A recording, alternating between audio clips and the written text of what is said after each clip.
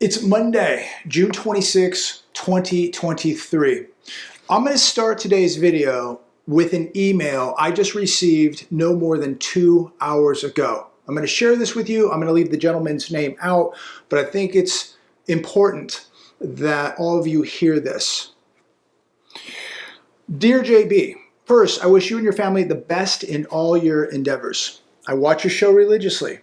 I am a salary employee at Ford Motor Company. I work as a, I'm going to leave that out. It gives a specific of what he does.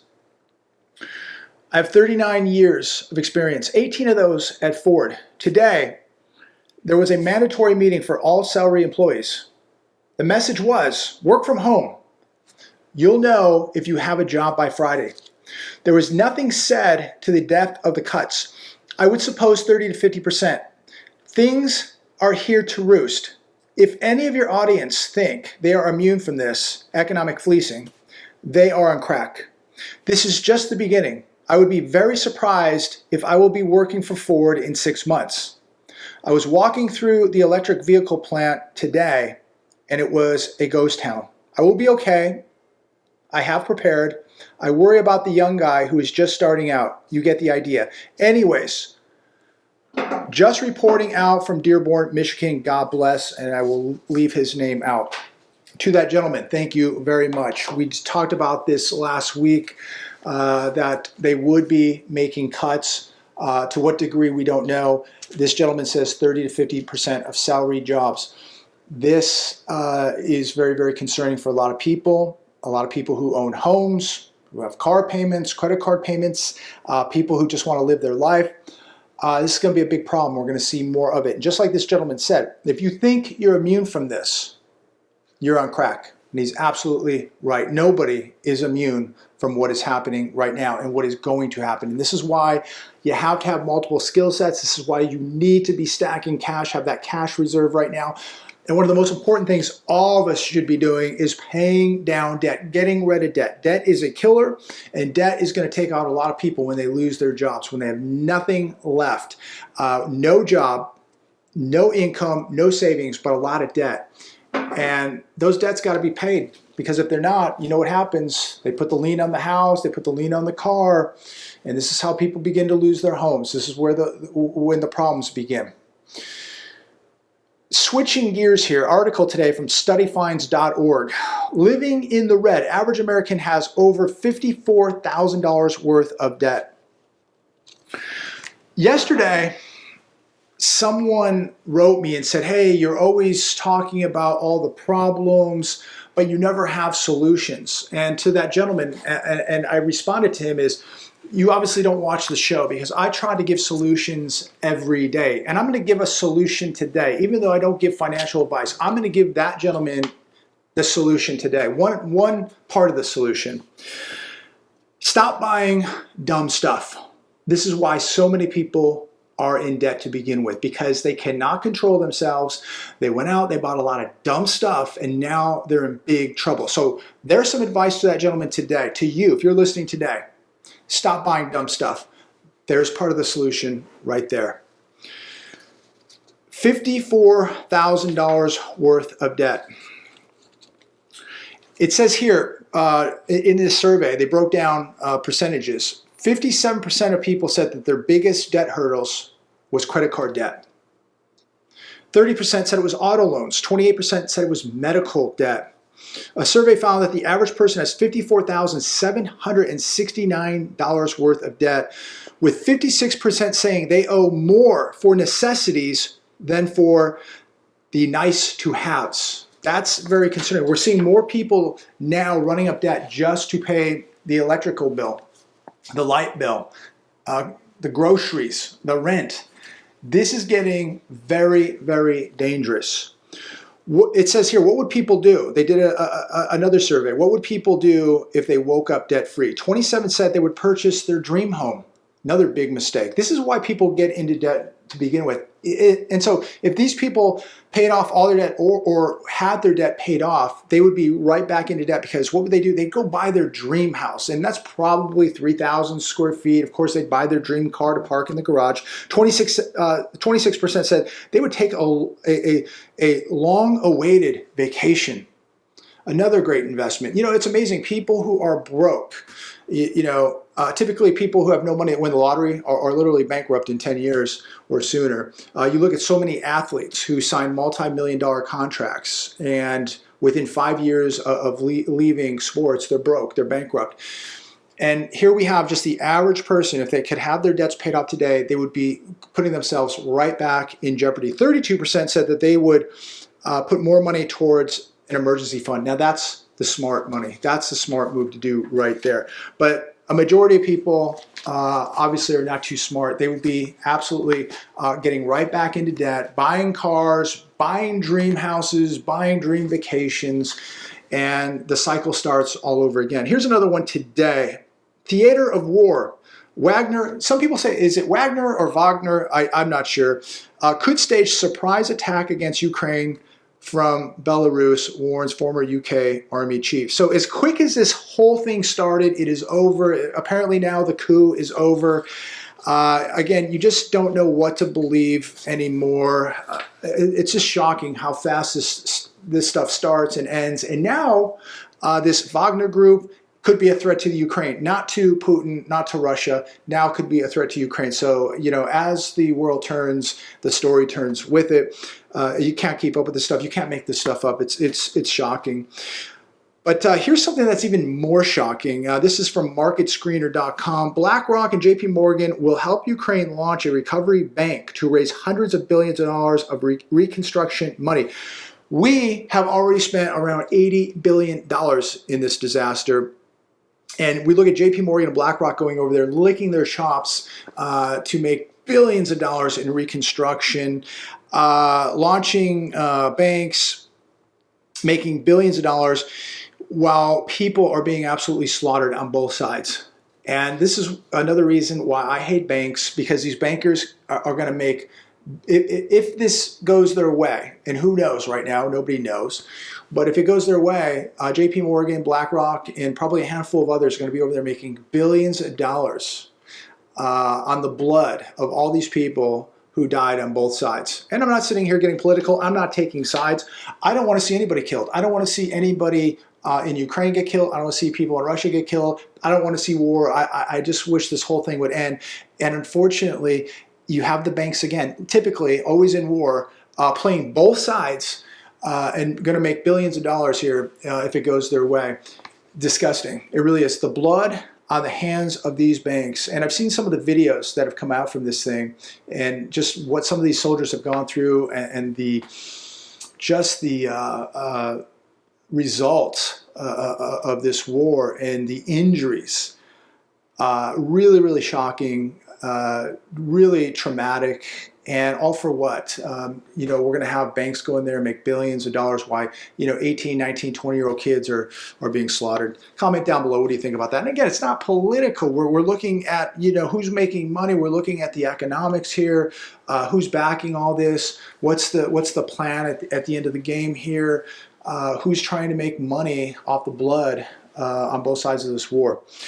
Here's another one, CNBC. Mortgage catastrophe brews in Britain as millions are pushed towards insolvency. I typically don't really talk too much about the finances of another country because I'm more concerned about what's happening here. But I think that this is important. The Bank of England's surprise 50 basis point hike, which we saw, I believe, was last week, will affect millions of homeowners as the interest rates on many mortgages are directly linked to the central bank's base rate. It's estimated that the latest rate increase would see 1.2 million households, that's 4% of households nationwide in the UK, run out of savings by the end of the year. That is shocking. We're going to get 2 more rate hikes here. And we're going to see people running out of money by the end of this year here in America. Also, in fact, people are running out of money right now. That's why we have over $1 trillion in credit card debt at the moment. people are running out of money. They're at their last resort, and it's credit cards. And they know that unless a miracle takes place, they're never going to be able to pay this debt back. They know they're on borrowed time.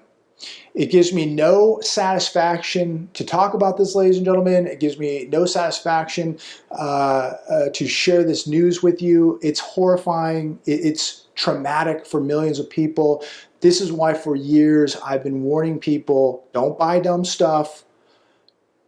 Don't use the credit cards. Don't take these vacations. Don't buy the Dodge Chargers and Challengers.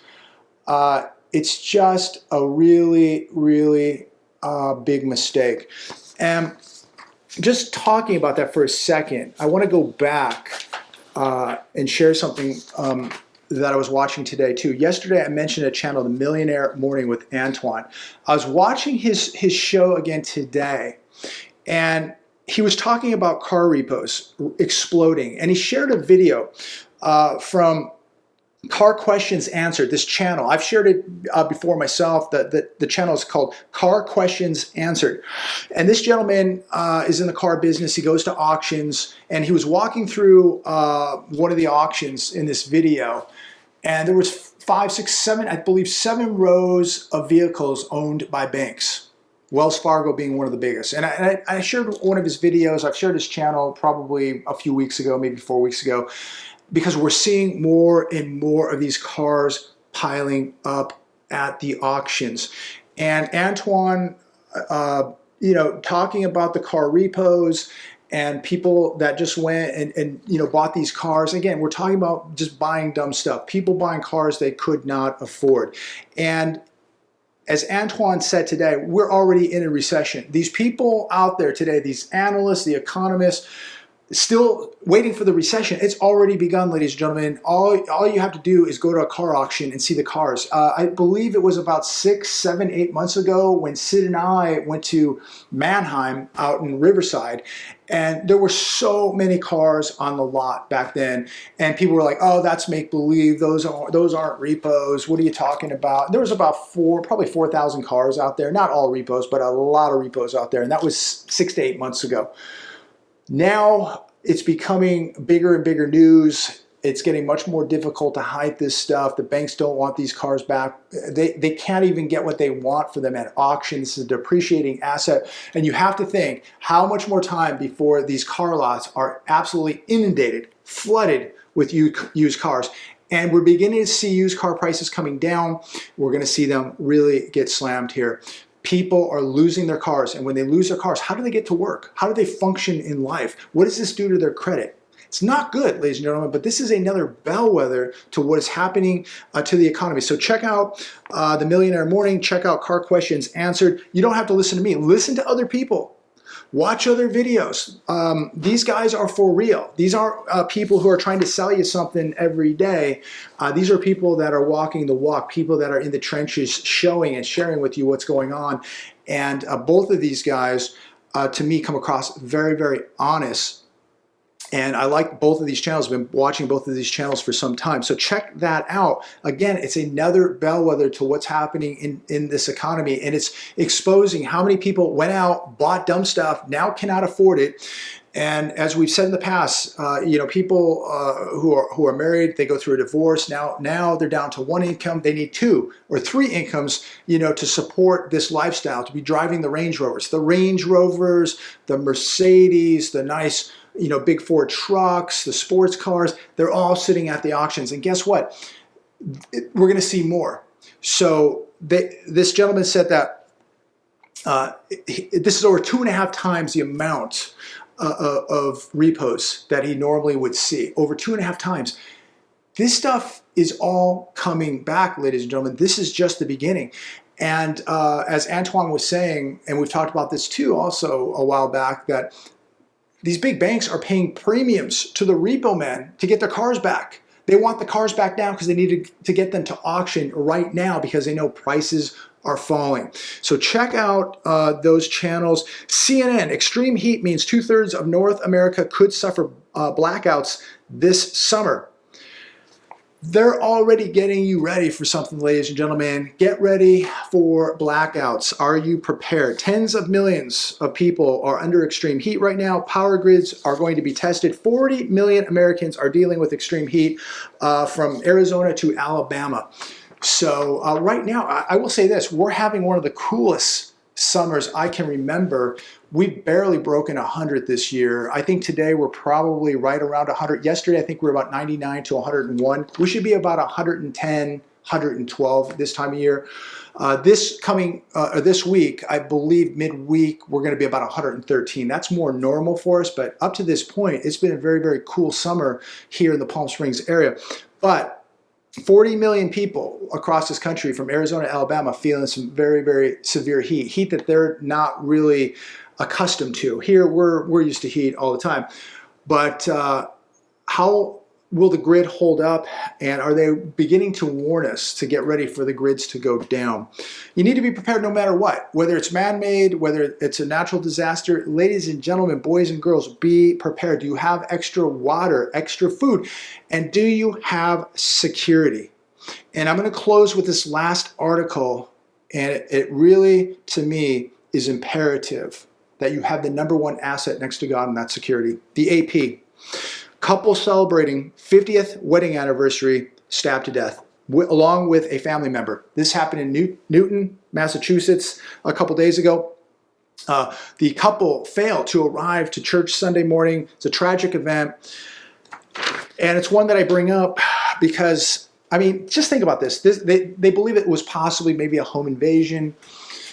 But here people are in their own home, feeling safe, have a family member over, celebrating a 50th anniversary, just a positive day of celebration, and this is how they go out. I don't remember how old they were, obviously very elderly. This is how they go out after being married for 50 years. Could it have been prevented? Possibly. Did they have security? Probably not. You have to ask yourself, if you were put in this situation, somebody got into your house with knives, could you take care of the situation? Most people could not. This is why, as I close this video, most people continue to just talk about what's happening in other countries, what's happening financially right here in America, what color the sky is, whatever. You better be talking with your family right now about worst case scenarios. If somebody kicked in that door, broke through a window, I can tell you, the cell phone's not going to save you, a camera in your home is not going to save you, an alarm is not going to save you. You are going to be on your own for a while. Could be 3 minutes, could be 30 minutes, could be 3 hours, depending where you live. But if you think the cavalry is going to be there in 2 seconds to save you, it's not going to happen. You have got to be self-sufficient right now, ladies and gentlemen, as far as security. You've got to be able to handle yourself, take care of yourself, have a plan, make sure that your family has access to the proper tools, the proper training, and that you go over scenarios that if things were breached, what would your child do? What would your wife do? What would the husband do? What's the plan? Is there a safe room in the house? Are there tools to get to in that safe room? Are there tools around the house that you can access if somebody breached into your home? So make sure that you get the correct training. Make sure that you're getting in the mindset. I hate these kind of stories. When you see the little dogs like Bart, which as of right now, I guess he's basically on life support. That little Yorkie who got kicked nearly to death last week, 15 years old. We've got elderly people celebrating their 50th anniversary. These people are probably in their 80s. And this is how they go out. They made it this far into life, and this is how they go out because of some dirtbags. So you have choices. You can be a victim, or you can choose not to be a victim and defend your assets, defend your family, defend yourself. Something to think about, ladies and gentlemen. Something to think about. I hate seeing animals attacked. I hate seeing old people attacked. We talked about that woman on the subway the other day on her phone, staring down, getting sucker punched. I hate seeing 27-year-old women punched in the face and knocked to the ground. I just hate all this evil. So we either make the right choice and prepare accordingly and have a plan, have a strategy, or we just allow ourselves to be victims. It's up to you. Everybody has free will. Everybody has a choice. And if you choose to just hope this never happens to you and that it will never happen to you, I hope that 1 in a million never does happen to you. I hope it never does. But to the people out there who are ready, who are training, who have a plan, who have the mindset, who just have chose not to be a victim, God bless you. God bless you, because that's the only way this ends, is when people stand up to it when they've had enough. Otherwise, evil is going to keep taking advantage of nice people, and weak people better get strong real quick, ladies and gentlemen, because they're the first ones to go. They're the first ones to be assaulted, the first ones to be victims. The criminal always preys on the weak. So if you consider yourself weak, you need to do something about it. You need to get some type of equalizer, training, mindset. You need to stop being weak, and you need to take precautions now. Situational awareness is one of the best things. Another advice today, situational awareness. Know your environment. It's absolutely free. It could save your life. Just having situational awareness, knowing your environment, could save your life. And that means even in your own home. I'm going to leave it there today. Comment down below. I don't want to rant. There's a whole bunch more I could talk about on this, but I don't want to rant. Love to know what you think about it. But again, if people are just not taking the steps in order to not allow this to happen, it's going to continue to happen. God bless.